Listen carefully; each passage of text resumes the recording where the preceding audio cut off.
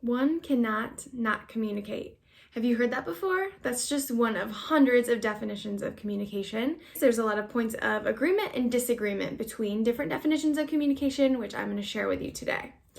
So one point of agreement in different definitions of communication is that communication is transactional. This is different than the linear, outdated model of communication, which said that if I'm speaking to you, I'm the sender, you're the receiver, and that's all that's happening. The transactional model instead focuses on the back and forth between people, the interaction. And it really talks about that there's a lot more going on in any interaction than just the words that people are saying. There's feedback in the environment, there's sounds.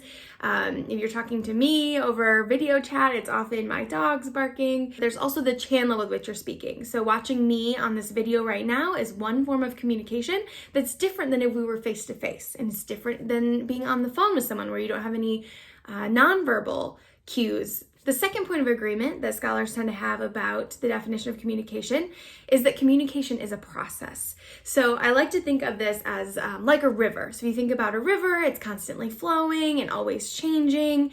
There's no 2 points that are the same. And a conversation is the same way. If you think about that, if you go into a conversation with someone thinking this is what it's going to be like and this is what I'm going to say, you immediately have to start adapting your message depending on what they say back. Because communication is this two-way street, this interaction, this back and forth, it's very much always changing, always dynamic. You have to think on your feet. You've probably all been in a conversation before where you are really focused on what you're going to say next instead of what the person is saying, and that can cause miscommunication. So to have really effective communication, got to stay on your feet, got to be part of this process. There are also many points of disagreement in definitions of communication, which are worth exploring. So one of them is that communication is uniquely human. So if you've ever seen a dog cock its head to the side, this is a controversial one, right? What does that mean? Is the dog communicating with you? Is the dog not communicating with you? Typically in communication courses, we focus solely on human communication. So we're not worrying about can we interpret our dog's communication. But a lot of people feel very strongly about this one, that their dogs, their cats, their animals certainly do communicate with them, although it's not the same as human communication. Another point of disagreement is that communication is a social activity. So the question here is, can we communicate with ourselves? There is a word for this. It's called intrapersonal communication. And that's when we communicate with ourselves, like self-talk, kind of pumping ourselves up. Another controversial one here is like when you're yelling at your computer because it's not working the way you want. Is that communication?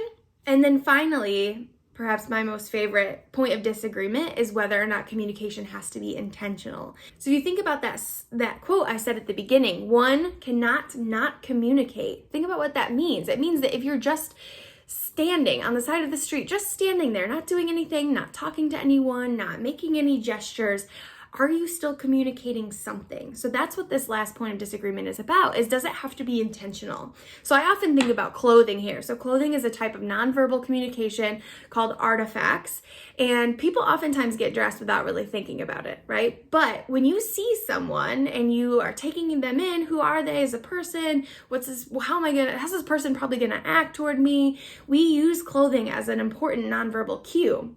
And so if you just get up in the morning and throw on whatever, not really thinking about it, that doesn't mean that your clothing's not communicating to other people. So whether or not the communication is intentional, think about all the times you've misinterpreted something a friend said, and they said, well, that's not what I meant to say. That doesn't mean that it hurts your feelings any less, right? Or something like that. So you need to think about with this one, do I have to have intended the message for it to really be communication? So some people say yes, and some people say no. I wanted to end with a couple more definitions of communication. That communication is the process whereby humans collectively create and regulate social reality. So here you can see the focus is on humans, the focus is on the process, right? It's not a one-way street, me communicating, you receiving it. There's a process, a back and forth, and interaction. And we collectively create and regulate social reality. This is the power of communication, that we have the ability to shape our social worlds with what we say and how we say it. I really like this definition. It's a good one that kind of encompasses a lot of these points of agreement in how we define communication.